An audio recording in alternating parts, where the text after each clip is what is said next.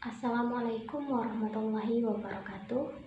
Perkenalkan, nama saya Widya Astuti, NIM 105190281, Prodi Ilmu Pemerintahan kelas IP 5I. Baiklah, saya akan menjelaskan mengenai sejarah konstitusi di Indonesia. Video ini merupakan pemenuhan tugas kuliah saya yang diampu oleh Ibu Gina Nabilah Effendi, Esos MIP, dengan mata kuliah Studi Konstitusi, dan berikut ini video penjelasannya. Sejarah Konstitusi Republik Indonesia. Sejarah konstitusi di Indonesia dapat dikatakan telah melewati berbagai tahap perkembangan.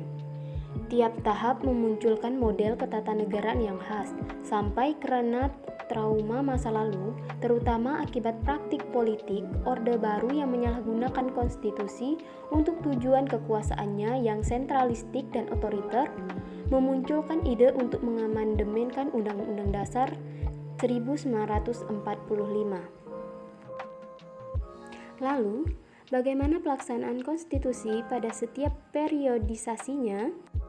Periode pertama, Undang-Undang Dasar 1945 tanggal 18 Agustus 1945 sampai 27 Desember 1949.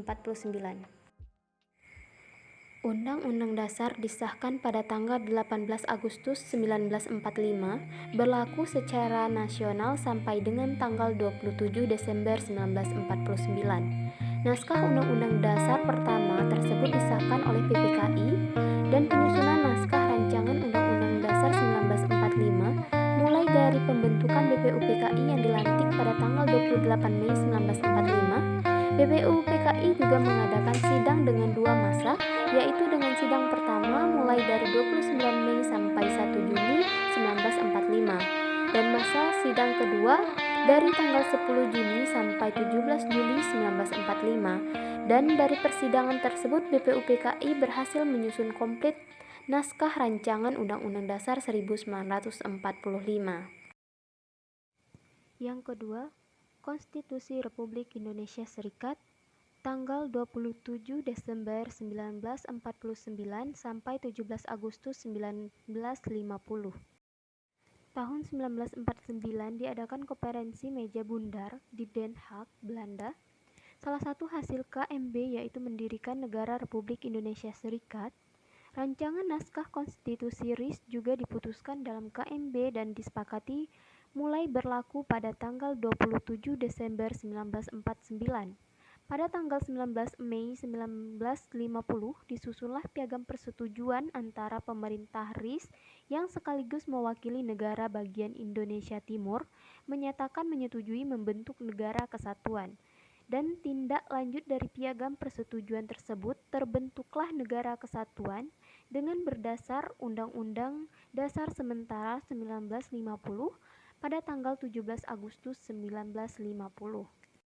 Yang ketiga, Undang-Undang Dasar Sementara tanggal 17 Agustus 1950 sampai 5 Juli 1959. Bagi negara kesatuan yang akan didirikan, jelas perlu adanya suatu undang-undang dasar yang baru, dan untuk itu dibentuklah suatu panitia bersama yang menyusun suatu rancangan undang-undang dasar yang kemudian disahkan pada tanggal 12 Agustus 1950 oleh Badan Pekerja Komite Nasional Pusat dan oleh Dewan Perwakilan Rakyat dan Senat Republik Indonesia Serikat pada tanggal 14 Agustus 1950, dan berlakulah Undang-Undang Dasar baru itu pada tanggal 17 Agustus 1950.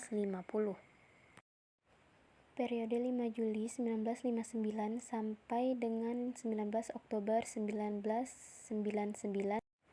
Dengan Dekret Presiden 5 Juli 1959 berlakulah kembali Undang-Undang Dasar 1945. Dan perubahan Majelis Permusyawaratan Rakyat Sementara Orde Lama pada masa 1959 sampai 1965 menjadi Majelis Permusyawaratan Rakyat Sementara Orde Baru. Periode 19 Oktober 1999 sampai 2 Agustus 2002. Pada periode ini, Undang-Undang Dasar 1945 mengalami perubahan sebanyak 4 kali, sehingga mempengaruhi proses kehidupan demokrasi di negara Indonesia. Sekian, terima kasih. Wassalamualaikum warahmatullahi wabarakatuh.